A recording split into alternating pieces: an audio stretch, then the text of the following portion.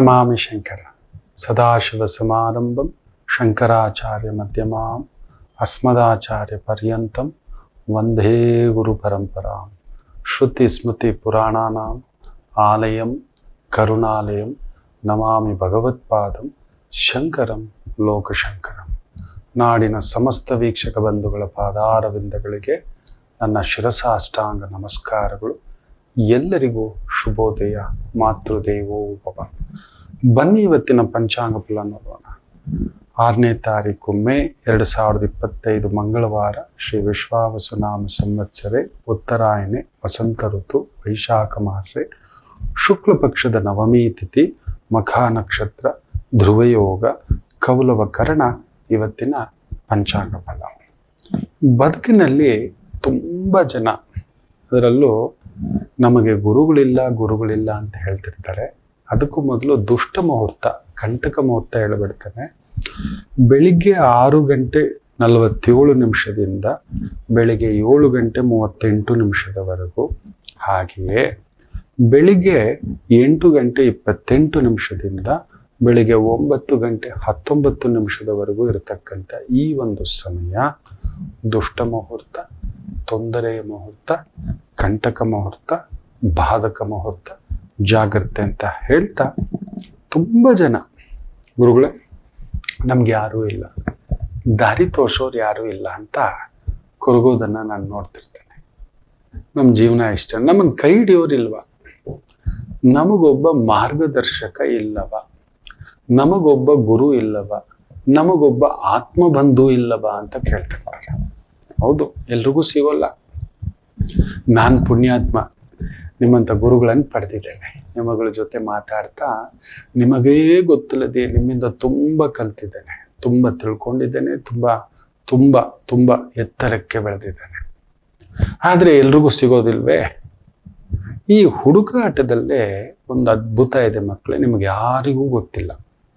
ನಮಗೊಂದು ಗುರು ಇಲ್ಲ, ಆತ್ಮಬಂಧು ಇಲ್ಲ, ನಮಗೊಬ್ಬ ದಾರಿ ತೋರಿಸುವ ಮಾರ್ಗದರ್ಶಕ ಇಲ್ಲ ಅಂತ ಹೇಳ್ತೀರಲ್ವಾ. ಒಂದು ಮಾತು ಹೇಳ್ತಾನೆ, ನಾವು ಮಾಡುವ ಎಷ್ಟೋ ತಪ್ಪುಗಳೇ ನಮಗೇ ಗೊತ್ತಿಲ್ಲದೆಯೇ ಎಷ್ಟೋ ಒಳ್ಳೆಯ ಪಾಠಗಳನ್ನು ಕಲಿಸಿರುತ್ತದೆ. ನೆನಪಿಟ್ಟುಕೊಳ್ಳಿ, ನಿಮಗೆ ನೀವೇ ಗುರು, ನಿಮ್ಮ ತಪ್ಪುಗಳೇ ನಿಮಗೆ ಗುರು. ಯಾರನ್ನು ನಂಬಿದಿರಿ, ವ್ಯವಹಾರ ಮಾಡಿಬಿಟ್ರಿ. ಇನ್ನು ಜೀವನದಲ್ಲಿ ವ್ಯವಹಾರ ಮಾಡುವಾಗ ಯಾರನ್ನು ನಂಬಬೇಕು ನಂಬಬಾರ್ದು ಅಂತ ಕಲಿಸಿಟ್ಟಿದೆ ಅಲ್ವಾ. ಇನ್ನು ನಾವು ನಂಬಿ, ನನ್ನ ಗುರುಗಳು, ನಾನು ಹೇಳಿದೆ, ಒಬ್ರಿಗೆ ಸಹಾಯ ಮಾಡಬೇಕಾದ್ರೆ ಅದು ತುಂಬ ಕಷ್ಟ. ಯಾವುದೋ ಒಂದು ಮೂವಿ ತೆಗೆದು ದುಡ್ಡು ಕಳ್ಕೊಂಡಿದ್ದಾನೆ, ಇಕ್ಕಟ್ಟಲ್ಲಿದ್ದಾನೆ, ನಮ್ಮ ಒಂದು ಇದಕ್ಕೆ ಆತ್ಮೀಯ. ನಮ್ಮ ಗುರುಗಳು ಅಥವಾ ಏನೋ ಒಂದು ಸಹಾಯ ಬೇರೆಯವರ ಹತ್ರ ಬಡ್ಡಿಗೆ ತೆಗೆದು, ನೀವು ನಂಬೋಲ್ಲ, 3%ಗೆ ದುಡ್ಡು ಕೊಡ್ತಿದ್ದಾರೆ. ಇವರು ಶೂರಿಟಿಯಾಗಿ, ನಾನು ಅವತ್ತೇ ಹೇಳಿದೆ, ಗುರುಗಳೇ ಈ ಚೆಕ್ಕು ಇದೆಲ್ಲ ನಡೆಯೋಲ್ಲ, ಹಾಕ್ಕೊಂಡು ಕೋರ್ಟು ಕೇಸು ಇನ್ನೊಂದು ಒಂದು ಸಿಗೋಲ್ಲ, ಮಾಡೋಲ್ಲ. ಈ ಜಗತ್ತಿಗೆ ನಾನು ನೊಂದು ಬಿಟ್ಟಿದ್ದೇನೆ ಗುರುಗಳೇ. ಎಷ್ಟೋ ತಗೊಳ್ಳಿ, ಇಷ್ಟು ಚೆಕ್ಗಳು ಬಿದ್ದಿದ್ದಾವೆ. ನಿತ್ಯ ಕೋರ್ಟಿಗೆ ಎಲ್ಲಿ ನಮ್ಮ ಸ್ಥಾಯಿಗೆ ಓಡಾಡ್ಲಿಕ್ಕೆ, ನಿಮ್ಮ ಸ್ಥಾಯಿಯಲ್ಲಿ ಯೋಚನೆ ಮಾಡಿ ಅವ್ರವ್ರನ್ನ ಪರಿಚಯ ಮಾಡಿಬಿಟ್ಬಿಡಿ, ಅವ್ರಿಗೆ ಬೇಕಾಗಿರೋದು ತಗೋತಾರೆ ಅಂತ. ಇಲ್ಲ ನನಗೆ ಯಾರು ಕೊಡಲ್ಲ, ನೀವೇ ನೋಡಿ ಹಾಗೆ ಹೇಗೆ ಅಂತ ಹೇಳಿ, ನೀವು ನಂಬೋಲ್ಲ, ಪೂರ್ತಿ ದುಡ್ಡು ಫೋನೇ ಎತ್ತಲ್ಲ ಅಂತ. ಇವತ್ತಿಗೂ ಬೌನ್ಸ್ ಆಗಿರೋ ಚೆಕ್ಗಳು ಇಟ್ಕೊಂಡು ಹಾಗೆ ಅವ್ರಿಗಿರೋ ಸ್ಥಾಯಿಗೆ ಕೋರ್ಟಿಗೆಲ್ಲ ಅಲೆದಾಡೋದು, ಕೋರ್ಟಿಗೆ ಎಲ್ಲಿ ಸುತ್ತಾಡೋದು. ಯೋಚನೆ ಮಾಡಿ ನೋಡಿ,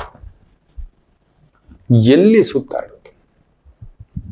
ಇವತ್ತು ಯಾರಾದರೂ 10,000 ಸಹಾಯಕ್ಕೆ ಬಂದರೂ ಕೂಡ ನಿಜವಾದ ಸಹಾಯ ಗುರುಗಳು ಆಮೇಲೆ ಹೇಳ್ತೀನಪ್ಪ ಅಷ್ಟೇ, ಇನ್ನು ಫೋನೇ ತೆಗಿಯಲ್ಲ ಸಹಾಯ ದುಡ್ಡು ಬಂದರೆ. ಅಷ್ಟು ಗಾಯ.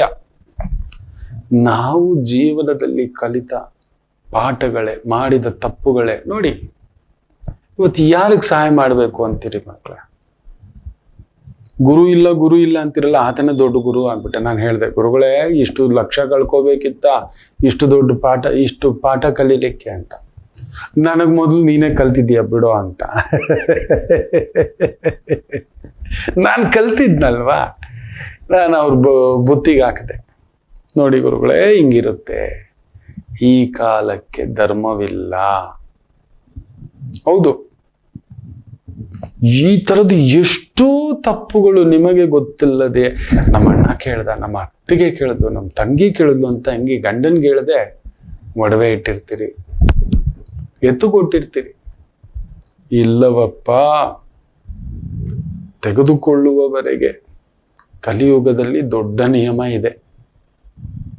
ತಗೊಳ್ಳೋವರೆಗೂ ಅಮ್ಮ ಅಪ್ಪ, ತಗೊಂಡ್ಮೇಲೆ ಹೋಗಿ ಕೇಳಿ ನೋಡಿ, ನಿಮ್ಮಮ್ಮ ಅಪ್ಪ ಅಂತಾರೆ. ಈ ಲೋಕದ ನಿಯಮವೇ ಹಾಗೆ, ಈ ಲೋಕದ ನಿಯಮವೇ ಹಾಗೆ. ಯಾವ ಮಟ್ಟಕ್ಕೆ ಅಂತ ಹೇಳ್ದ ಅಂದ್ರೆ, ನಮ್ಮ ಜೀವನದಲ್ಲಿ ಪ್ರತಿನಿತ್ಯ ಎಕ್ಸಾಮಿಗೆ ಮೊದಲೇ ಪ್ರಿಪೇರ್ ಆಗ್ಲಿಲ್ಲ, ಕುಳಿತುಕೊಳ್ಳಿಲ್ಲ, ಪಟ್ಟಾಗಿ ಫೇಲ್ ಆಗ್ಬಿಟ್ಟು ನೀಟಿಗೆ ಸೆಲೆಕ್ಟ್ ಆಗಿಲ್ಲ, ಅದಕ್ಕೆ ಸೆಲೆಕ್ಟ್ ಆಗಿಲ್ಲ, ಇದಕ್ಕೆ ಸೆಲೆಕ್ಟ್ ಆಗಿಲ್ಲ. ನಿಮ್ ಜೊತೆಲಿ ಬರ್ದವರೆಲ್ಲ ಸೆಲೆಕ್ಟ್ ಆಗಿದ್ದಾರೆ, ನಿಮ್ಮ ಜೊತೆಲಿ ಓದ್ದವರೆಲ್ಲ ಸೆಲೆಕ್ಟ್ ಆಗಿದ್ದಾರೆ, ನಿಮ್ ಜೊತೆಲಿ ಎಕ್ಸಾಮ್ ಬರ್ದವ್ರು ಸೆಲೆಕ್ಟ್ ಆಗಿದಾರ ಇಲ್ವಾ? ನೀವಷ್ಟು ಅಹರ್ನಿಶಿ ನಿಂತುಕೊಂಡಿದ್ದರೆ, ತಯಾರಿ ಮಾಡಿದ್ದರೆ, ಪಾರ್ಟಿ ಬೇಕು, ಫ್ರೆಂಡ್ಸ್ ಬೇಕು, ಸುತ್ತಾಟ ಬೇಕು, ಮೊಬೈಲ್ ಬೇಕು, ಟಿವಿ ಬೇಕು, ಮೂವೀಸ್ ಬೇಕು, ಸುತ್ತಾಟ ಬೇಕು, ಫ್ರೆಂಡ್ಸ್ ಬೇಕು, ಕ್ಲಬ್ ಬೇಕು, ಪಬ್ ಬೇಕು, ಪಾರ್ಟಿ ಬೇಕು, ಬೀಗರೂಟ ಬೇಕು, ಮದುವೆ ಮನೆಗಳೂಟ ಬೇಕು. ಹಾಗೆ ಅದ್ರ ಜೊತೆಲಿ ಇದು ಪಾಸ್ ಆಗ್ಬಿಡ್ಬೇಕು, ರ್ಯಾಂಕ್ ಬಂದ್ಬಿಡ್ಬೇಕು. ಎಲ್ಲಿ ಬರುತ್ತೆ? ಅಲ್ಲಿ ಕುಳಿತುಕೊಳ್ಳಿಲ್ಲ, ಅದನ್ನ ಪ್ರೀತಿಸ್ಲೇ ಇಲ್ಲ. ಮಾಡಿದ ತಪ್ಪೇನು? ರಾತ್ರಿ 11 ಗಂಟೆ ಆದ್ರೂ ರೀಲ್ಸ್ ನೋಡು, ಇನ್ನೊಂದು ಕತೆ ನೋಡು. ನೋಡಿ, ಮೊನ್ನೆ ಒಂದು ಮಗು ವ್ಯೂಸ್ ಜಾಸ್ತಿ ಬರ್ತಿಲ್ಲ, ನನಗೆ ಫಾಲೋವರ್ಸ್ ಜಾಸ್ತಿ ಬರ್ತಿಲ್ಲ ಅಂತ ಮಾನಸಿಕ ಅಸ್ವಸ್ಥತ ಮಾಡಿಕೊಂಡು ಆತ್ಮಹತ್ಯೆ ಮಾಡಿಕೊಂಡಿದೆ. ಇವತ್ತಿನ ಜನಕ್ಕೆ ಅದೊಂದು ಹುಚ್ಚತ್ತು ಬಿಟ್ಟಿದೆ. ನಮ್ಮನ್ನ ಇಷ್ಟು ಲಕ್ಷ ಜನ ನೋಡಿದ್ರೆ ನಮ್ಮನ್ನ ಪ್ರೀತಿಸ್ತಾರೆ. ಹುಚ್ಚರು, ಯಾರು ಪ್ರೀತಿಸಲ್ಲ, ನಿಮ್ಮನ್ನ ಯಾರು ನೆನ್ಪಿಟ್ಕೊಳ್ಳಲ್ಲ ಮಕ್ಕಳೇ. ಅದು ನಿಮ್ಮ ಭ್ರಮೆ. ಈಗ ಪಕ್ಕದ ಸ್ಟೇಟ್ ಅಲ್ಲಿ ಕಡಿಮೆ ಅಂದ್ರೂ ಒಂದು 30-35 ವರ್ಷ ರಾಜ್ಯಭಾರ ಮಾಡಿರ್ತಕ್ಕಂಥ ಒಬ್ಬ ದೊಡ್ಡ ಅಧಿನಾಯಕನ ಸಮಾಧಿ ಇದೆ. ಸಮುದ್ರ ತೀರದ ಹತ್ರನೇ ಮಾಡಿದ್ದಾರೆ. ಎಷ್ಟು ಜನ ಹೋಗ್ಬಿಟ್ಟು ಅಯ್ಯ ಅಯ್ಯ ಅಂತ ಉರುಳು ಸೇವೆ ಮಾಡ್ತಾರೆ, ಹೋಗಿ ನೋಡಿ. ಯಾರು ಮಾಡಲ್ಲ. ಯಾರು ಅತಿ ಬೆಂಬಲಿತ ನಾಯಕ, ಜನಬೆಂಬಲಿತ ನಾಯಕ ಎಂಥದ್ದೂ ಇಲ್ಲ. ಆ ಸಮಾಧಿ ಹತ್ರ ಯಾರು ಹೋಗಿ ಒಂದು ಹೂವ ಇಡ್ತಿಲ್ಲ, ನಮಸ್ಕಾರ ಆಗ್ತಿಲ್ಲ, ಒಂದು ಧೂಪ ಇಡ್ತಿಲ್ಲ. ನಂಬ್ತೀರಾ? ಬೇಡ. ಅಮ್ಮ ಜಯಲಲಿತಾ ಎಷ್ಟು ಜನ ಅವ್ರಿರೋವಾಗ ಅಮ್ಮ ಅಮ್ಮ ಅಮ್ಮ ಅಂತಿದ್ರು. ಇದೆಲ್ಲ ಭ್ರಮೆ. ಅಷ್ಟು ದೊಡ್ಡ ಹೆಸರು, ಅಷ್ಟು ದೊಡ್ಡ ಖ್ಯಾತಿ ತಗೊಂಡಿದ್ದೇ ನೆನಪಿಗಿಲ್ಲ. ನಿಮ್ಮ ಕರ್ತವ್ಯ ನೀವು ಮರ್ತು ಬಿಟ್ರಿ. ನಾನು ನೋಡಿದ್ದಾನೆ, ಒಂದೇ ಕುಟುಂಬದ 2 ವಿದ್ಯಾರ್ಥಿಗಳು ಎಕ್ಸಾಮ್ ಬರೀತಾರೆ. ಒಬ್ರು ಒಂದು 99%, ಒಬ್ರು 69%. 2 ಮಕ್ಕಳು ನಾ ಕರ್ಕೊಂಡು ತಾಯಿ ಅಂದರು, ಕಣ್ಣೀರು. ನೋಡು ಗುರೂಜಿ, 69% ತೆಗೆದಿದ್ದಾಳೆ, ಎಂಥ ಕೆಲಸ. 2 ಒಂದೇ ಕಾಲೇಜು, ಕೋರ್ಸು ಎಲ್ಲ. ಇವಳು 99% ಅಂತ ನಾ ಹೇಳಿದೆ.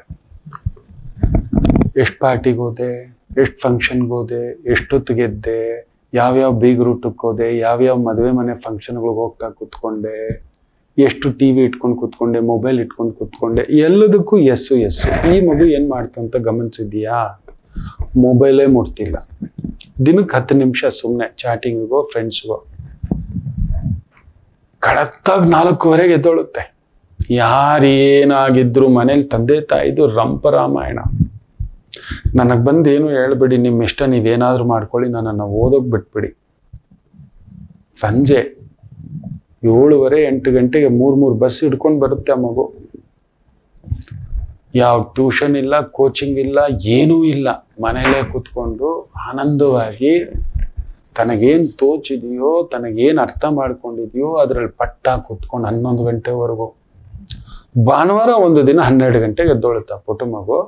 ಎದ್ದು ಒಂದು ಸ್ನಾನ, ಇನ್ನೊಂದು ಮತ್ತೆ ಓದು. ಯಾವ ಮದುವೆಗೆ ಹೋಗ್ತಿಲ್ಲ, ಯಾವ ಫಂಕ್ಷನ್ಗೆ ಹೋಗ್ತಿಲ್ಲ, ಯಾವ ಪಾರ್ಟಿಗೆ ಹೋಗ್ತಿಲ್ಲ. ತಪಸ್ಸಿನ ತರ. ಈಗ ಅರ್ಥ ಆಯ್ತಾ ನಿನ್ನ ತಪ್ಪು? ಇಬ್ರು ಒಂದೇ ವರಸೆ, ಒಂದೇ ಜೋಡಿ. ನೋಡು, ಆಕೆಗೆ ಕೇಳಿದ್ದು ಕಾಲೇಜು ಕೇಳಿ ಕೊಟ್ಟಿದ್ದಾರೆ.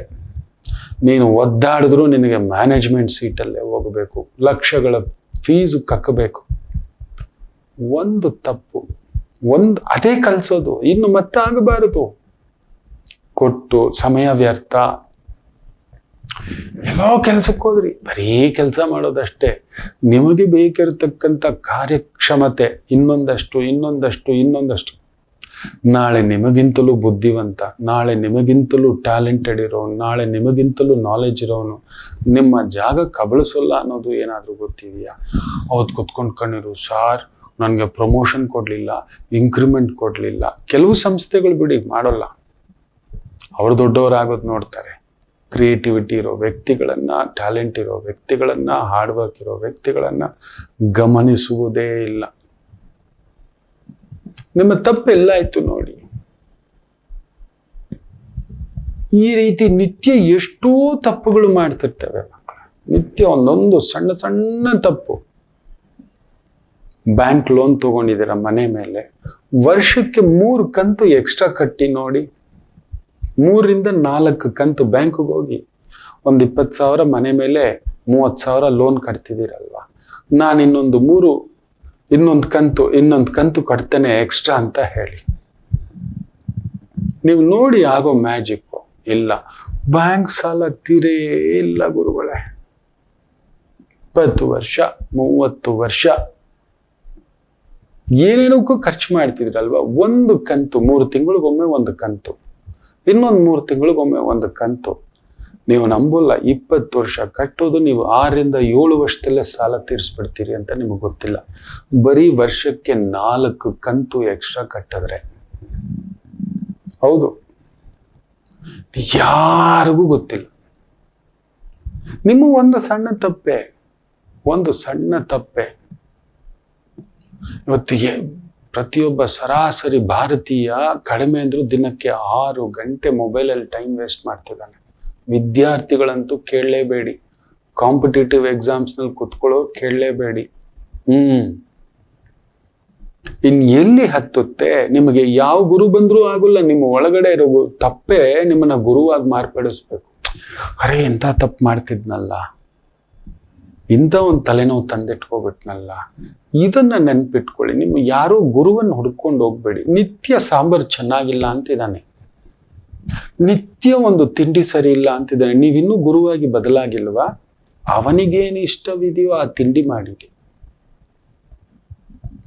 ಮಗು ಊಟನೇ ಮಾಡ್ತಿಲ್ಲ, ಸರಿ, ಶಕ್ತಿಗೆ ಏನ್ ಬೇಕು ಅನ್ನತಕ್ಕಂಥದ್ದು ತುಂಬಾ ಇದಾವೆ, ಅಂಥದನ್ನು ಕೊಡ್ಲಿಕ್ಕೆ ಪ್ರಯತ್ನ ಮಾಡಿ. ಒಂದು 4 ಬಾದಾಮಿ ನೆನೆಸ್ಬಿಟ್ಟು ಮಕ್ಕಳಿಗೆ ಬೆಳಿಗ್ಗೆ 1, ಮಧ್ಯಾಹ್ನ 1, ಸಂಜೆ 1, ರಾತ್ರಿ 1, ಇಲ್ಲ ಬೆಳಿಗ್ಗೆ 2, ಮಧ್ಯಾಹ್ನ 2, ಸಂಜೆ 2, ರಾತ್ರಿ 2 ನೆನೆಸ್ಬಿಟ್ಟು ತಿನ್ಸಿ. ಆ ಶಕ್ತಿ ಬಂತು ಅನ್ನೋದಿಂದಲೇ ಇಲ್ಲ. ನಿಮ್ಮ ತಪ್ಪು, ಮಗು ತಲೆ ಸುತ್ತಿ ಬಿದ್ದೋಯ್ತು. ನಮ್ಮ ದೇಹ ಪ್ರಕೃತಿ ತುಂಬಾ ಹೇಳ್ತಿದೆ, ಯಾಕೋ ಎಡಗೆ, ಒಬ್ಬರಿಗೆ ಎಡಗೆ ಎಳಿತಿದೆ, ಜೋಮ್ ಹಿಡಿತಿದೆ.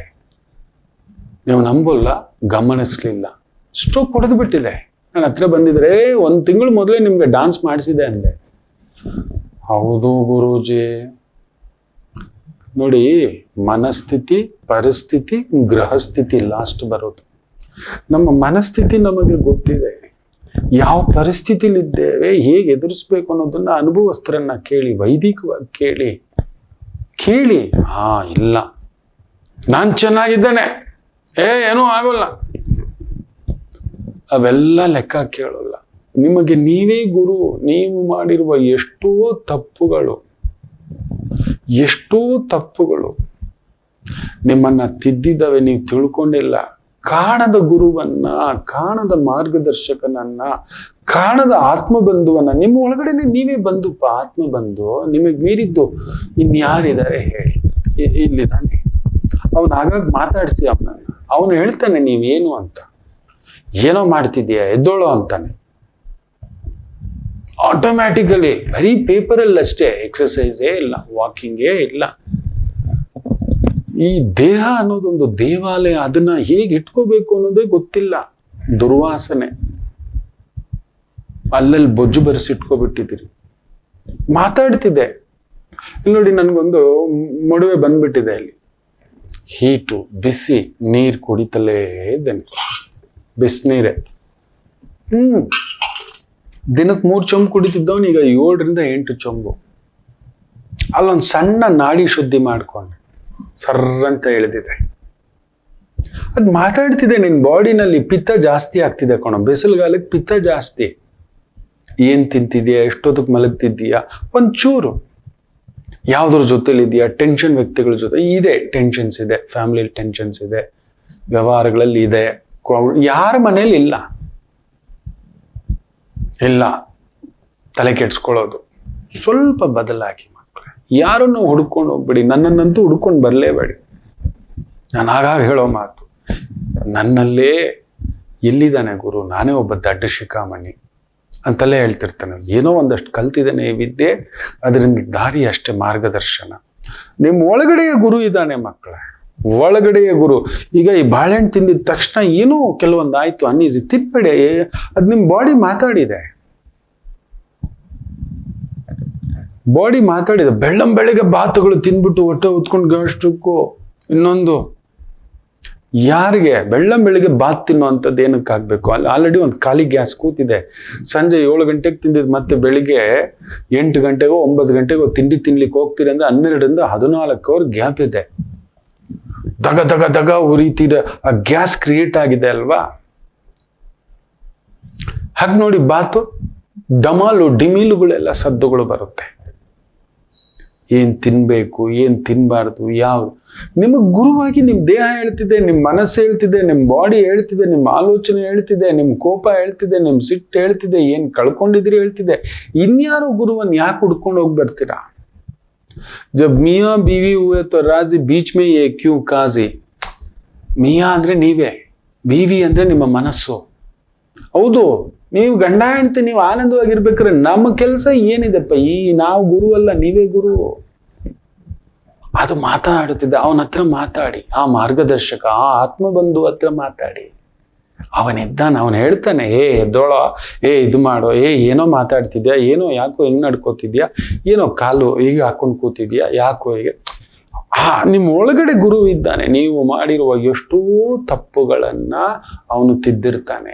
ಇದು ಮಾಡಬೇಡ ಅಂದಿರ್ತಾನೆ. ಅವನ ಮಾತನ್ನು ಕೇಳಿ ಕಾಣದೆ ಯಾವುದೋ ಗುರು, ಇನ್ಯಾವುದೋ ಮಾರ್ಗದರ್ಶಕ, ಇನ್ಯಾವುದೋ ದೇವರು, ದಡ್ರ ನೋಡಿ. ನಿಮಗೆ ಇನ್ನೂ ಹೇಳ್ತಾನೆ, ಎಷ್ಟೋ ಜನ ಗೊತ್ತಿಲ್ಲ, ಹೇಳೋಕ್ ನನಗೆ ಸಂಕಟ, ಆದ್ರೂ ಹೇಳ್ತಾನೆ.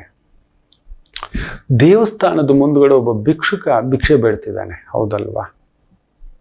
ಕೆಲವನ್ನ ನೋಡಿ, ನಾನು 10 ವರ್ಷದಿಂದ ಈ ಏರಿಯಾನಲ್ಲೇ ಭಿಕ್ಷೆ ಬೇಡ್ತೀನಿ, ಈ ದೇವಸ್ಥಾನದಲ್ಲೇ 20 ವರ್ಷದಿಂದ 30 ವರ್ಷದಿಂದ ಅಂತಾನೆ. ದೇವರ ಮುಂದ್ಗಡೆ ಸದಾ ಕುಳಿತು ಭಿಕ್ಷೆ ಬೇಡ್ತಿರೋ ಭಿಕ್ಷುಕನಿಗೆ ದೇವ್ರ ಎದ್ದು ಬಂದು ದಾರಿ ತೋರಿಸಿಲ್ಲ. ನೀವು ಯಾವಾಗ್ಲೂ ಒಂದ್ಸಲಿ ಹೊಟ್ಟು ಒಂದು ನಮಸ್ಕಾರ ಹಾಕ್ಬಿಟ್ರೆ ಬಂದ್ಬಿಡ್ತಾನ? ಯಾವಾಗ್ಲೂ ಒಂದ್ಸಲಿ ಹೊಟ್ಟು ಪೂಜೆ ಮಾಡಿಬಿಟ್ರೆ ನಿಮ್ಮ ತನು ಮನ ಧನ ಕಾರ್ಯ ಅದರಲ್ಲಿ ಭಗವಂತ ಇರಬೇಕು. ಸದಾ ಅವನ ಪಾದದ ಮುಂದುಗಡೆ ಕುಳಿತುಕೊಂಡಿರೋ ಭಿಕ್ಷುಕನಿಗೆ ಇನ್ನು ಭಿಕ್ಷುಕನಾಗೇ ಇಟ್ಟಿದ್ದಾನೆ. ಯಾಕಂದ್ರೆ ಅವನ ಕಾರ್ಯದ ಮೇಲೆ ನಂಬಿಕೆ ಇಲ್ಲ, ಬರೀ ಭಿಕ್ಷೆ ಮೇಲೆ ನಂಬಿಕೆ ಅಷ್ಟೇ. ಅವನು ಆಗ್ತಾನೋ ಬಿಡು ಅಷ್ಟೇ ಅವನ ಯೋಗ್ಯತೆ. 10 ರೂಪಾಯಿ man is thinking like A 10.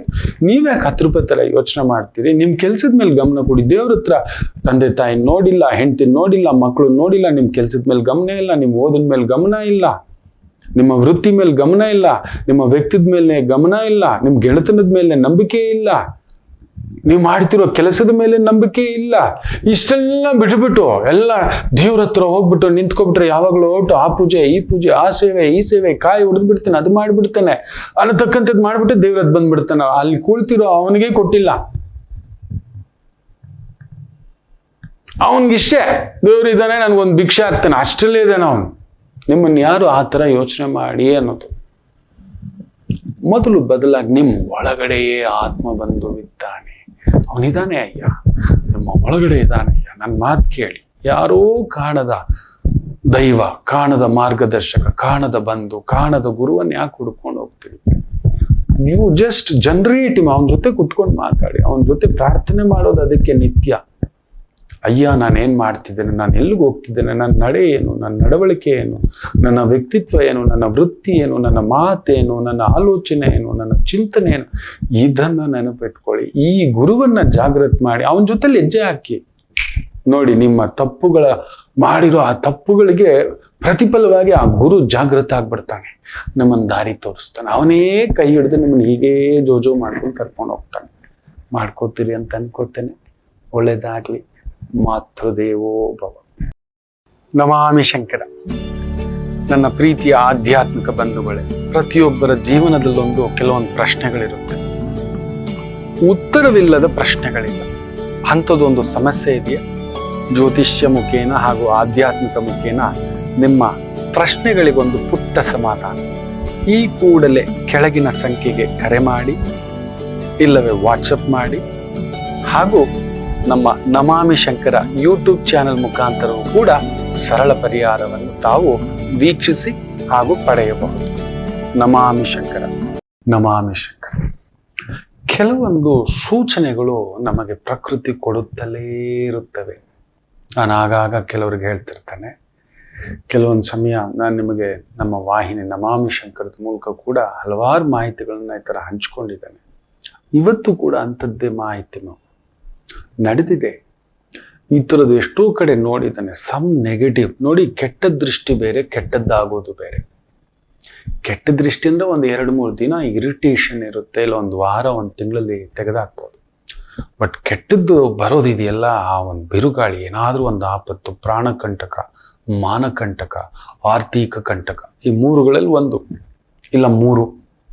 ಪ್ರಾಣ ಹೋಗ್ಬಿಟ್ರೆ ನಮ್ಮ ಮನೆಯವ್ರ ಕತೆ ಏನು, ಮಾನ ಹೋಗ್ಬಿಟ್ರೆ ನಮ್ಮ ಕುಟುಂಬದವ್ರ ಗತಿ ಏನು, ಇಲ್ಲವೇ ಆರ್ಥಿಕ ಕಂಟಕ ಮತ್ತೆ ನಮ್ಮ ಕುಟುಂಬದವ್ರ ಕತೆ ಏನು. ನಾವೇನೋ ಹೋಗ್ಬಿಟ್ವಿ ಅಪ್ಪ,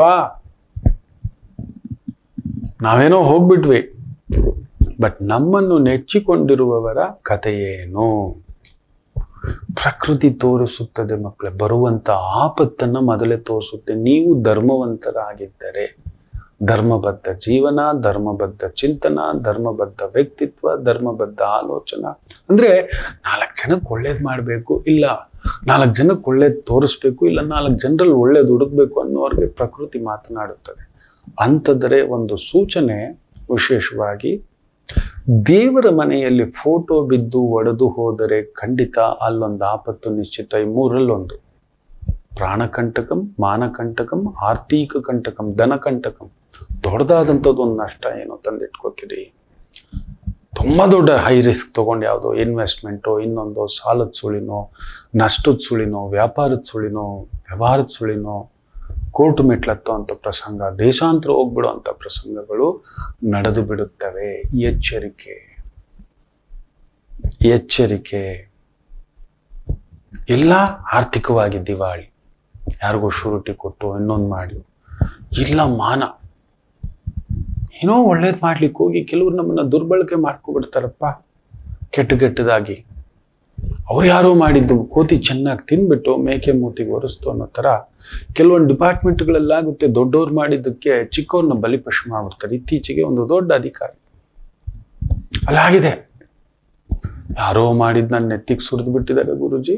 ಹೈಕೋರ್ಟ್ಗೆ ಬಂದಿದ್ದ ಅಧಿಕಾರಿ, ರಕ್ಷಣಾ ಅಧಿಕಾರಿ, ಅವ್ರು ಬರೋಕ್ ಮೊದಲೇ ಬರ್ದಿದ್ದಾರೆ, ಮಾನಾಪಮಾನಗಳಿಗೆ ಧಕ್ಕೆ, ಅಪವಾದಗಳು ಸುರುಳಿಯಾಗಿ ನಿಲ್ಲುತ್ತವೆ, ಕಷ್ಟವಾಗುತ್ತದೆ ಅಂತ. ಬಿಡಿಸಿಕೊಳ್ಳಲು ಆಗುತ್ತದೆ 2020-21 ಆರಂಭ, ಅಂದ್ರೆ ಕರೆಕ್ಟಾಗಿ ಆಗ್ಲೇ ಆರಂಭ ಆಗಿದೆ. ಅವರವರು ಕಿತ್ತಾಡ್ಕೊಂಡು ಯಾರ ಮೇಲೆ ಸುರಿಬೇಕಂತ ಕೆಸರನ್ನ ಅವ್ರ ಮೇಲೆ ಹಾಕ್ಬಿಟ್ಟಿದ್ದಾರೆ ನೋಡಿ. ಹೀಗೆ ಮಾನಾಪಮಾನಗಳಿಗೆ ಧಕ್ಕೆ, ಪ್ರಾಣಕ್ಕೆ ಧಕ್ಕೆ ನೋಡಿ. ಮೊನ್ನೆ ಒಂದು ತಾಯಿ ಜೀವ, ತುಂಬಾ ಆತ್ಮೀಯರು ನಮ್ಮ ಸಂಸ್ಥೆಯ ಜೊತೆ ಕೈ ಜೋಡಿಸಿದ್ದಾರೆ. ಪುಟ್ಟ ಮಗು, ದೊಡ್ಡ ಒಂದು ಹುದ್ದೆ, ಇಲ್ಲೂ ಪ್ರಯಾಣ ಹೋಗಿದ್ದಾರೆ ಊರಿಗೆ. ಅವ್ರ ಮನೇಲಿ ನಡೆದಿದೆ, ಪ್ರಾಣಕ್ಕೆ ಗುತ್ತು ಆಪತ್ತು. ಕಾರ್ ತಗೊಂಡು ಹೋಗ್ಬೇಕಾದ್ರೆ ಈ ತರ ಅಪ್ಪು ಬಂದಿದೆ. ಯಾವತ್ತೂ ಆ ತರ ಆಗಿಲ್ಲ. ಸಡನ್ ಆಗಿ ಕಾರ್ ಹ್ಯಾಂಡ್ ಬ್ರೇಕ್ ನಿಂತಿಲ್ಲ, ಈ ಬ್ರೇಕ್ ನಿಂತಿಲ್ಲ, ಏನ್ ಮಾಡೋದು ಗೊತ್ತಿಲ್ಲ, ಸೈ ಅಂತ ರಿವರ್ಸ್ ಬಂದ್ ಗೊತ್ತಿದೆ. ಯಾರಿಗೂ ದೊಡ್ಡದಾಗಿ ಏನೂ ಆಗಿಲ್ಲ. ನೀನು ಮಾಡಿದ ಧರ್ಮ ನನ್ನಮ್ಮ ಅಂದೆ ಕಾಪಾಡಿಟ್ಟು ಬಿಟ್ಟಿದೆ. ಪ್ರಕೃತಿ ಮಾತನಾಡುತ್ತದೆ ಅಗೋಚರವಾಗಿ, ಗಮನಿಸ್ತಲೇ ಇರಬೇಕು. ಅದು ಯೋಗಿಗಳಿಗೆ ಮಾತ್ರ ಸಾಧ್ಯ, ಮಾತಾಡುತ್ತೆ. 7th ಸೆನ್ಸ್ ಅಂತೆ. ಏನೋ ಇಮ್ಮಿಡಿಯೇಟ್ ಕೆಲವೊಂದು ನಿಯಮಗಳನ್ನು ಹೇಳಿದೆ. ನಿಮಗೂ ಕೂಡ ಈ ಥರದ್ದು ಸೂಚನೆ. ಮುಖ್ಯವಾಗಿ ದೇವರ ಮನೆಯಲ್ಲಿ ಫೋಟೋ ಬಿದ್ದಿದೆ, ವೆರಿ ಕೇರ್ಫುಲ್ ಮಕ್ಕಳು. ಏನಕ್ಕೆ ದೇವರು? ನಿಮ್ಮ ಆಂತರಂಗಿಕ ಶಕ್ತಿ, ಕುಟುಂಬದ ಶಕ್ತಿ, ಧರ್ಮಶಕ್ತಿ, ದೈವಶಕ್ತಿ, ಪೂಜಾ ಶಕ್ತಿ, ದಾನ ಶಕ್ತಿ, ಸತ್ಯಶಕ್ತಿ ಎಲ್ಲವೂ ಇಲ್ಲಿ ಹೇಗಿರುತ್ತೋ ಒಂದು ಮನೆಯಲ್ಲಿ ಒಂದು ಪುಟ್ಟ ಗೂಡಿಟ್ಟಿರ್ತಾರೆ. ನಿತ್ಯ ಅಲ್ಲೊಂದು ಧೂಪ ದೀಪ, ನಮ್ಮ ಇಷ್ಟ ದೈವ ಕುಲದೈವ ಇಟ್ಟು ಅಲ್ಲೊಂದು ಪೂಜೆ, ಅದಕ್ಕೆ ಒಪ್ಪಿಸ್ತಿರ್ತೇವೆ. ನಮ್ಮ ನ್ಯಾಯಾನ್ಯಾಯಗಳನ್ನ ಒಪ್ಪಿಸ್ತಿರ್ತೇವೆ. ನಮಗೆ ಗೊತ್ತಿಲ್ಲ, ಯಾರೋ ನಮ್ಗೆ ಅನ್ಯಾಯ ಮಾಡ್ಬಿಟ್ರು, ಅಮ್ಮ ನೀನ್ ನೋಡ್ಕೊಮ್ಮ ಅಂತ ಒಂದು ದೀಪ. ನಿನಗ್ ಗೊತ್ತಿದೆ ಅಮ್ಮ, ನನ್ನ ಪಾಲಿಗೆ ಎಷ್ಟೋ ಅಷ್ಟೇ, ಪಾಲಿಗೆ ಬಂದದ್ದಷ್ಟೇ. ನಾವು ಅದಕ್ಕೆ ಮೀರಿ ಎಷ್ಟೋ ತಗೊಳಕ್ ಅವಾಂತಿ ಆಗ್ಬಿಡುತ್ತೆ. ಕಿತ್ಕೊಳಕ್ ಹೋದ್ರೂ ಉಳಿಯೋಲ್ಲ. ಅದಕ್ಕೆ ಪಾಪಿಗಳು ಸಂಪಾದಿಸಿದ ಸೊತ್ತು ಪರರ ಪಾಲಾಗೋದು, ಕಂಡೋರ್ ಪಾಲಾಗೋದು. ಧರ್ಮವಂತರ ಸೊತ್ತಷ್ಟೇ ಧರ್ಮಕ್ಕೆ ಈಡಾಗುತ್ತೆ. ನೋಡಿ, ಕೆಲವರು ದೇವಸ್ಥಾನಕ್ಕೆ ಬರೆದು ಬಿಟ್ಟಿರ್ತಾರೆ, ಯಾವುದೋ ಗೋಶಾಲೆಗೆ ಬರೆದು ಬಿಟ್ಟಿರ್ತಾರೆ, ಯಾವುದೋ ವಿದ್ಯಾಸಂಸ್ಥೆಗೆ ಬರೆದು ಬಿಟ್ಟಿರ್ತಾರೆ. ಅದು ಧರ್ಮಬದ್ಧವಾಗಿ ದುಡಿದದ್ದು ಇಲ್ಲ. ಇನ್ಯಾರೋ ಜೂಜಲ್ ಕಳೆದ ಪಬ್ಬಲ್ ಕಳೆದ. ನಾನು ನೋಡಿದ್ದೇನೆ ಒಬ್ಬ ಗುರುಗಳ ಸಂಬಂಧಿ, ಏನು ಆ ಬಡ್ಡಿಗಳ ವ್ಯವಹಾರ ನೋಡ್ಬೇಕಿತ್ತು. ಆನಂದೋ ಬ್ರಹ್ಮ. ಬಡ್ಡಿ ಬಂಗಾರಮ್ಮ ಕೇಳಿರ್ತೀರ, ಬಡ್ಡಿ ರಾಮಯ್ಯ ಕೇಳಿರಲ್ಲ. ಇದಾನೆ, ಹೋಗು ಬಿಟ್ಟ ಅಂತ ಬಿಡಿ. ಅವ್ರ ಮಕ್ಕಳು ಆಡದ ಆಟಗಳಿಲ್ಲ, ಬರೀ ರೇಸು ಗುರ್ರಂ ಅಲ್ಲಿಗೆ ಇಟ್ಟಿರೋದು. ಅನ್ಯಾಯವಾಗಿ ಬಂದ ದುಡ್ಡು ಅನ್ಯಾಯದ ಕಡೆಗೆ ಹೋಗ್ಬೇಕು.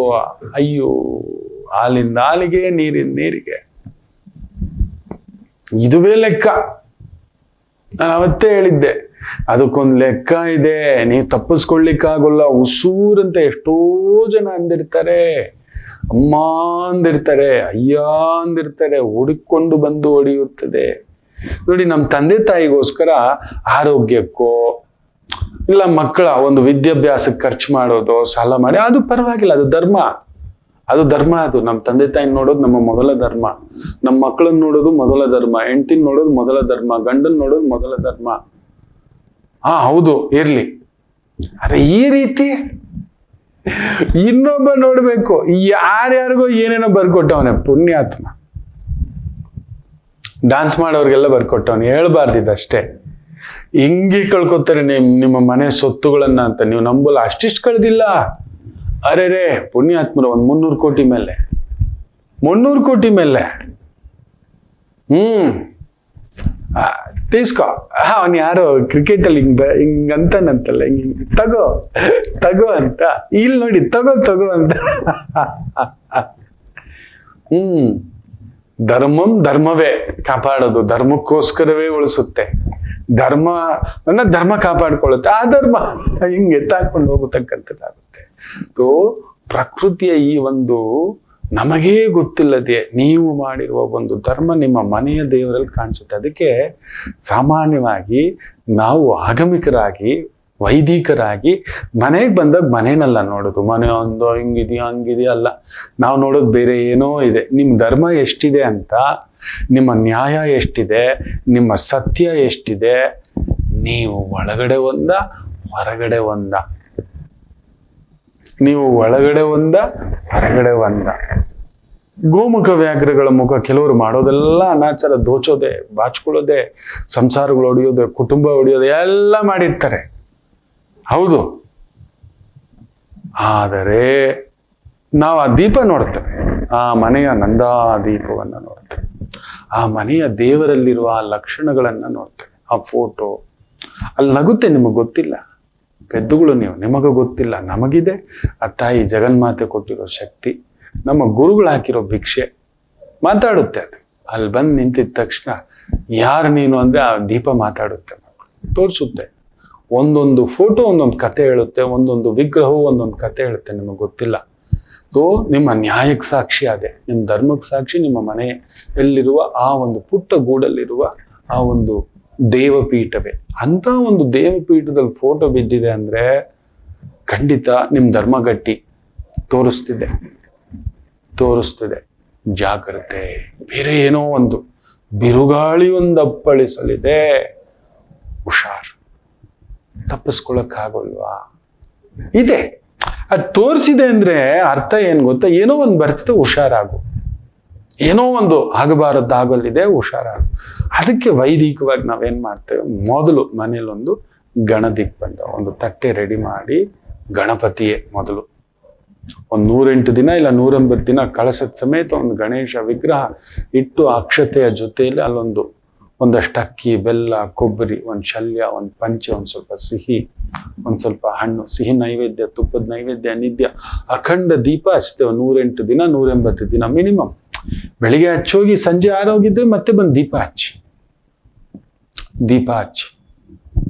ಮಾರನೇ ದಿನ ಮತ್ತೆ ಆರೋಗಿದೆ ಅಂದ್ರೆ ಕ್ಲೀನಾಗಿ ಒರೆಸ್ಬಿಟ್ಟು ಮತ್ತೆ ದೀಪ ಹಚ್ಚಿ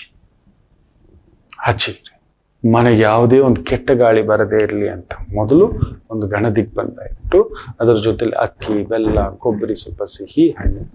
ಪ್ರತಿ ಗುರುವಾರ ಇಲ್ಲ ಪ್ರತಿ ಸಂಕಷ್ಟಿ ಹಣ್ಣು ಕೆಟ್ಟೋಗ್ಬಿಡುತ್ತೆ ಗುರುಗಳೇ, 2 ಹಣ್ಣು ಇಟ್ಟಿರಿ ಸೇವಿಸಿ ನೈವೇದ್ಯಕ್ಕೆ ಅಂತ. ಸಂಕಷ್ಟಿ ದಿನ ಒಂದಷ್ಟು ಫಲತಾಂಬೂಲ ಸಮೇತ ತಗೊಂಡು ಗಣಪತಿ ಆಲಯಕ್ಕೆ ಹೋಗಿ, ಅಯ್ಯ ಏನೋ ವಿಘ್ನ ಬರ್ತಿದೆ, ಏನೋ ತೊಂದರೆ ಬರ್ತಿದೆ, ನೀನೇ ನೋಡ್ಕೊ, ನೀನೇ ರಕ್ಷಕನಾಗಿರು ಅಂತೇಳಿ ಗಣಪತಿ ಆಲಯದಲ್ಲಿ ಅರ್ಚಕರಿಗೆ ಕೊಟ್ಬಿಡಿ, ಪುರೋಹಿತರಿಗೆ ಕೊಟ್ಟುಬಿಡಿ, ಇಲ್ಲ ಯಾರಾದ್ರೂ ಬಡವರು ಬಂದ್ರೆ ಇನ್ನೊಮ್ಮೆ ಕೊಡಿ. ಈ ರೀತಿ 180 ದಿನದಲ್ಲಿ ಎಷ್ಟು ಸಂಕಷ್ಟಿ ಬರುತ್ತೋ ಅಷ್ಟು ಮಾಡ್ಕೊಳ್ಳಿ. ಮನೆಯಲ್ಲೊಂದು ಇಮ್ಮಿಡಿಯೇಟ್ ಆಯಿತು ಅಂದರೆ ಒಂದು ಗಣದಿಗ್ಬಂಧ, ಗಣಹೋಮ ಮಾಡಿ. ಯಾವುದೇ ಒಂದು ಪ್ರತಿಬಂಧಕ ಕೆಟ್ಟದ್ದು ಆವಾಹನ ಬರದೇ ಇರಲಿ. ಮೊದಲು ಮಾಡಿಸೋದು ನಾವು ಅದೇ, ಆಮೇಲೆ ಮಿಕ್ಕಿದ್ದು. ಇನ್ನೂ ಎತ್ತರವಾಗಿ ಇನ್ನೊಂದು ಏನಾದ್ರೂ ಇನ್ಸಿಡೆಂಟ್ಗಳು ನಡೀತು ಅಂದ್ರೆ ಅದಕ್ಕೆ ಬೇರೆ ದೊಡ್ಡ ಪ್ರತಿಬಂಧಕಗಳು ಇರ್ತವೆ. ಸಾಮಾನ್ಯರಿಗೆ ಸಾಮಾನ್ಯರಂತೆ ಒಂದು ಪರಿಹಾರ ಕೊಟ್ಟಿದ್ದಾನೆ, ಇದನ್ನ ಮಾಡ್ಕೊಳ್ಳಿ. ಆಯ್ತ್ರೋ? ಜಾಗ್ರತೆ. ಪ್ರಕೃತಿ ಮಾತನಾಡುತ್ತದೆ. ಎಷ್ಟು ಜನರ ಮನೆಯಲ್ಲಿ ಈ ಥರದ್ದಾಗಿ ಅನಾಹುತ ಆಗಿದೆ, ನಡೆದಿತ್ತು ಗುರುಗಳೇ, ಆಪತ್ತು ಬಂದಿತ್ತು ಗುರುಗಳೇ, ದೈವವೇ ನಿಲ್ಲಿಸ್ತು ಗುರುಗಳೇ ಅಂತ ಕಮೆಂಟ್ ಹಾಕ್ತೀರಿ. ನಾನು ಕಾಯ್ತಾ ಇರ್ತೇನೆ ಮಕ್ಕಳೇ. ಒಂದು ಪುಟ್ಟ ವಿರಾಮ ತಗೊಂಡು ವಾಪಸ್ ಬರೋಣ. ಮಾತೃದೇವೋಭವ. ನಮಾಮಿ ಶಂಕರ. ನನ್ನ ಪ್ರೀತಿಯ ಆಧ್ಯಾತ್ಮಿಕ ಬಂಧುಗಳೇ, ಪ್ರತಿಯೊಬ್ಬರ ಜೀವನದಲ್ಲೊಂದು ಕೆಲವೊಂದು ಪ್ರಶ್ನೆಗಳಿರುತ್ತೆ, ಉತ್ತರವಿಲ್ಲದ ಪ್ರಶ್ನೆಗಳಿಲ್ಲ. ಅಂಥದ್ದೊಂದು ಸಮಸ್ಯೆ ಇದೆಯಾ? ಜ್ಯೋತಿಷ್ಯ ಮುಖೇನ ಹಾಗೂ ಆಧ್ಯಾತ್ಮಿಕ ಮುಖೇನ ನಿಮ್ಮ ಪ್ರಶ್ನೆಗಳಿಗೊಂದು ಪುಟ್ಟ ಸಮಾಧಾನ.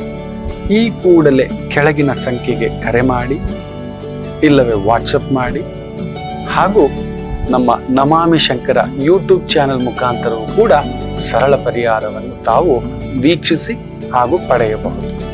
ನಮಾಮಿ ಶಂಕರ. ನಮಾಮಿ ಶಂಕರ. ವಂದೇ ಮಾತರಂ.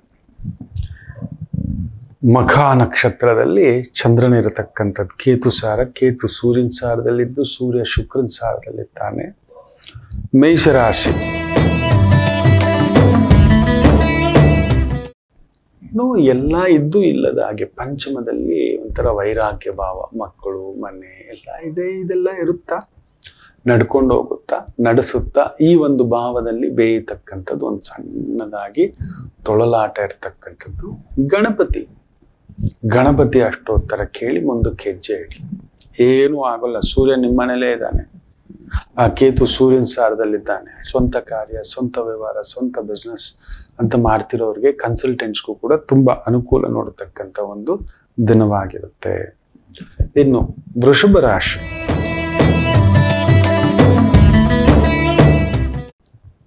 ಧನಂ. ಆ ಒಂದು ಚಂದ್ರ ಸುಖಭಾವದಲ್ಲಿ ಕೇತು ಸಾರದಲ್ಲಿರೋದ್ರಿಂದ ಮನೆ, ಅಭಿವೃದ್ಧಿ, ಸ್ಟೇಟಸ್ಸು, ಸ್ಟ್ಯಾಂಡರ್ಡು, ಇನ್ನೊಂದು ಆ ಸುಖಕಾರಕ ವ್ಯಯದಲ್ಲಿ ಬೇರೆ ಇದ್ದಾನೆ ಸೂರ್ಯ.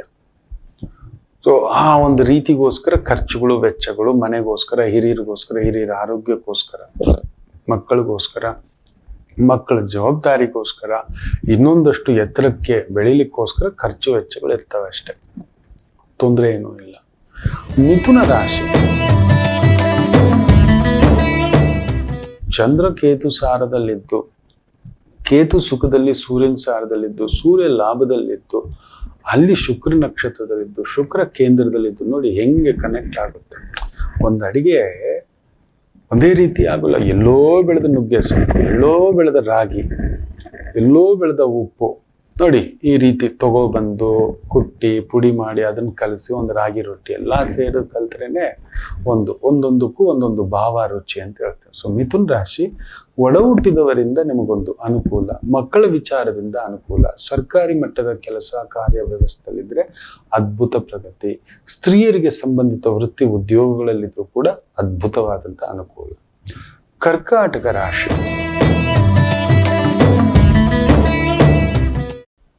ಚಂದ್ರ ಧನಸ್ಥಾನದಲ್ಲಿ, ಕುಟುಂಬ ಸ್ಥಾನದಲ್ಲಿ, ವೃತ್ತಿ ಸ್ಥಾನದಲ್ಲಿರೋದ್ರಿಂದ ಕೇತು ಸಾರದಲ್ಲಿ ಒಂಚೂರು ಒತ್ತಡ ಇದ್ದರೂ ಉದ್ಯೋಗದಲ್ಲಿ ಅಭಿವೃದ್ಧಿಯೇ, ವ್ಯವಹಾರಗಳಲ್ಲಿ ಅಭಿವೃದ್ಧಿಯೇ. ಸ್ವಲ್ಪ ಪರಿಶ್ರಮ ಅನಿಸುತ್ತೆ, throat infection, water infection, air infection, over ಪಿತ್ತ ಆಗ್ತಕ್ಕಂಥದ್ದು ಆಗುತ್ತೆ. ಬಾಡಿಯನ್ನ ಸ್ವಲ್ಪ ತಂಪು ಮಾಡ್ಕೊಳ್ತಕ್ಕಂಥದ್ದು ಮಾಡ್ಕೊಳ್ಳಿ, ತೊಂದರೆಗಳೇನೂ ಇಲ್ಲ. ಶಿವನನ್ನ ನೆನೆಸ್ಕೊಳ್ಳಿ, ಸಮಾಧಾನ. ಇನ್ನು ಸಿಂಹರಾಶಿ,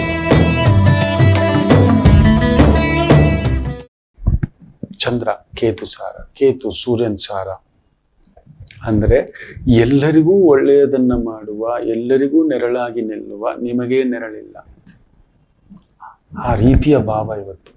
ಪ್ರಪಂಚ ಇಷ್ಟೇನಾ ಗುರುಗಳೇ? ನಿಜ, ಇಷ್ಟೇನೆ. ಬದಲಾಗೋದಿಲ್ಲ ಗುರುಗಳೇ? ಬದಲಾಗೋಲ್ಲ. ಬೇವು ಬೇವೆ, ನೀವೆಷ್ಟೇ ಬೆಲ್ಲ ತಗೊಂಡ್ ಬಂದು ಸುರಿದ್ರು ಬೇವಿನ ಮರ ಬೇವೇ ಸುರಿಯೋದು, ಕೊಡೋದು, ಅದು ಸಿಹಿ ಕೊಡಲ್ಲ. ಅದರಿಂದ ತುಂಬಾ ಒಳ್ಳೆಯವರಾಗ್ಲಿಕ್ಕೆ ಹೋಗ್ಬೇಡಿ, ತುಂಬಾ ನಂಬಲೇಬೇಡಿ.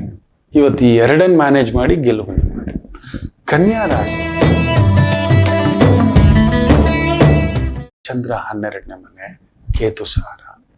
ಕೇತು ನಿಮ್ಮ ಮನೆಯಲ್ಲಿ ವಿಶೇಷವಾಗಿ ವೃತ್ತಿ ಉದ್ಯೋಗ, ಧಾರ್ಮಿಕ ಉದ್ಯೋಗಗಳು, ಜ್ಯೋತಿಷ್ಯ, ಆಗಮಿಕ, ಪೌರೋಹಿತ್ಯ, ಹೋಮ ಹವನ, ಯಜ್ಞ, ಗೋಶಾಲೆ, ಅನಾಥಾಶ್ರಮ, ವೃದ್ಧಾಶ್ರಮ, ಈ ತರ ಧರ್ಮಬದ್ಧ ಕೆಲಸ ಕಾರ್ಯಗಳಲ್ಲಿ ವಿಶೇಷ ಪ್ರಗತಿ. ತುಲಾ ರಾಶಿ, ಚಂದ್ರ ಲಾಭದಲ್ಲಿದ್ದಾನೆ. ಧಾರ್ಮಿಕ ಕೆಲಸಗಳು ನಿಮಗೂ ಕೂಡ ದಾರಿ ತೋರಿಸುವ, teaching, doctor, medicine, nurse, pharmaceutical, lecturer, professor, tuition, ಈ ತರದ ವೃತ್ತಿ ಉದ್ಯೋಗ ಅದ್ಭುತ ಪ್ರಗತಿ. ಸರ್ಕಾರಿ ಮಟ್ಟದ ಕೆಲಸ ಕಾರ್ಯಗಳಲ್ಲಿ ಸ್ವಲ್ಪ ಒತ್ತಡ. ವೃಶ್ಚಿಕ ರಾಶಿ, ಚಂದ್ರ ಕೇತು ಸಾರ ಕೇಂದ್ರದಲ್ಲಿ, ಕೇತು ಲಾಭದಲ್ಲಿ, ಅವನು ಸೂರ್ಯನ ಸಾರ. ಸ್ವಂತ ಬಿಸ್ನೆಸ್, ಸ್ವಂತ ವ್ಯವಹಾರ, ಸರ್ಕಾರಿ ಮಟ್ಟದ ಕೆಲಸ ಕಾರ್ಯ, ರಕ್ಷಣಾ ಇಲಾಖೆ, ಟ್ರಾನ್ಸ್ಪೋರ್ಟ್ ಇಲಾಖೆ, ಕಮ್ಯುನಿಕೇಶನ್ ಇಲಾಖೆ, ಟೆಲಿಕಾಂ ಇಲಾಖೆ, ಅದ್ಭುತ ಪ್ರಗತಿ. ಧನುಸು ರಾಶಿ, ವಿಶೇಷವಾಗಿ ಚಂದ್ರ ಭಾಗ್ಯದಲ್ಲಿ ಕೇತು ಸಾರದಲ್ಲಿದ್ದು, ಕೇತು ಕೇಂದ್ರದಲ್ಲಿ ಸೂರ್ಯನ ಸಾರದಲ್ಲಿದ್ದು, ಸೂರ್ಯ ಪಂಚಮದಲ್ಲಿರೋದ್ರಿಂದ ನೀವೇನ್ ಕಷ್ಟ ಪಡ್ತೀರೋ ಇವತ್ತು ಅದಕ್ಕೆ ಪೂರ್ಣ ಪ್ರತಿಫಲ. ಅರ್ಧ ಪಟ್ರೆ ಅರ್ಧ, ಪೂರ್ತಿ ಪಟ್ರೆ ಪೂರ್ತಿ. ನ್ಯಾಯವಾಗಿದ್ರೆ ನ್ಯಾಯ, ಅನ್ಯಾಯವಾಗಿದ್ರೆ ಅನ್ಯಾಯ. ಮಕರ ರಾಶಿ, ಚಂದ್ರ ಅಷ್ಟಮ, ಕೇತುಸಾರ, ಓಡಾಟ, ಸುತ್ತಾಟ, ಎಳೆದಾಟ ಆಗತಕ್ಕಂಥದ್ದುಂಟು. ಸ್ವಲ್ಪ ದೂರದ ಕೆಲಸ, ದೂರದ ವ್ಯವಹಾರ, ಗೊತ್ತಿಲ್ಲದ ವ್ಯವಹಾರ, ಗೊತ್ತಿಲ್ಲದ ಕೆಲಸ ತೊಡಕಾಗಿ ನಿಲ್ಲತಕ್ಕಂಥದ್ದಾಗುತ್ತೆ. ರಾಮರನ್ನ ನೆನೆಸಿಕೊಂಡು ಮುಂದಕ್ಕೆ ಹೆಜ್ಜೆ ಹಾಕಿ. ಕುಂಭರಾಶಿ, ಚಂದ್ರ ಸಪ್ತಮದಲ್ಲಿ ಕೇತು ಸಾರದಲ್ಲಿದ್ದು, ಕೇತು ಅಷ್ಟಮದಲ್ಲಿ ಸೂರ್ಯನ ಸಾರದಲ್ಲಿದ್ದು, ಸೂರ್ಯ ವಿಜಯದೊಂದುಬಿಯಾಗಿ ನಿಂತಿರೋದ್ರಿಂದ ಸ್ವಂತ ಕಾರ್ಯ, ಸ್ವಂತ ವ್ಯವಹಾರ, ಅದ್ಭುತ ಪ್ರಗತಿ. ನಿಮಗೂ ಅಷ್ಟೇ, ಆಗಮಿಕರಾಗಿದ್ದೀರಿ, ಡಾಕ್ಟರ್ ಆಗಿದ್ದೀರಿ, ಜ್ಯೋತಿಷ್ಕರಾಗಿದ್ದೀರಿ, ಧಾರ್ಮಿಕ ಕೆಲಸಗಳಲ್ಲಿದ್ದೀರಿ, ಮೆಡಿಕಲ್ ಲೈನಲ್ಲಿದ್ದೀರಿ, ಎಕ್ಸ್ಪೋರ್ಟ್ ಇಂಪೋರ್ಟ್ಗೆ ಸಂಬಂಧಪಟ್ಟಂತ ಲೈನಲ್ಲಿದ್ದೀರಿ, ತುಂಬಾ ಅನುಕೂಲ. ಇನ್ನು ವಿಶೇಷವಾಗಿ ಮೀನರಾಶಿ, ಚಂದ್ರ 6ನೇ ಮನೆ, ವಿಜಯ ಪ್ರಾಪ್ತಿ. ಕೇತು ಸೂರ್ಯನ ಭಾವ, ಕೊಡೋದು ತಗೊಳ್ಳೋದು, ಸ್ನೇಹಿತರು, ಆತ್ಮೀಯರು, ಬಂಧುಗಳು ಸ್ವಲ್ಪ ನೋಡ್ಕೊಂಡು ಸಿಕ್ಕಾಕೋಗ್ಬಿಡ್ತೇವೆ. ನಂಬಿ ಮೋಸ, ಕೊಟ್ಟು ಮೋಸ, ಎಳೆದಾಟ ಮೋಸ ಎಲ್ಲ ಸರಿ ಆಗುತ್ತೆ. ಸೂರ್ಯ ಬದಲಾಗಿದ್ದಾನಲ್ವ, ಬುಧ ಕೂಡ ನಾಳೆ ಬದಲಾಗ್ತಾನೆ. ಸೊ ಬುಧಾದಿತ್ಯ ಯೋಗ ನಿಮ್ಮ ಬುದ್ಧಿಗೆ ತಕ್ಕಂಥ ಕೆಲಸ ಕಾರ್ಯಕ್ಷೇತ್ರ ಅದ್ಭುತವಾಗಿ ನಡೀತಕ್ಕಂಥದ್ದಾಗುತ್ತೆ. ಟೀಚಿಂಗ್, ಕೋಚಿಂಗ್, ಇನ್ಸ್ಟಿಟ್ಯೂಷನ್ಸ್, ಈ ಒಂದು ಕೋಚಿಂಗ್ ಸೆಂಟರ್ ನಡೆಸ್ತಿದ್ದೀರಾ, ನಾಟ್ಯ ಕಲಿಸ್ತಿದ್ದೀರಾ, ಸಂಗೀತ ಕಲಿಸ್ತಿದ್ದೀರಾ, ರಸವಿದ್ಯೆಗಳನ್ನ ಕಲಿಸ್ತಿದ್ದೀರಾ. ಅದ್ಭುತ ಪ್ರಗತಿ.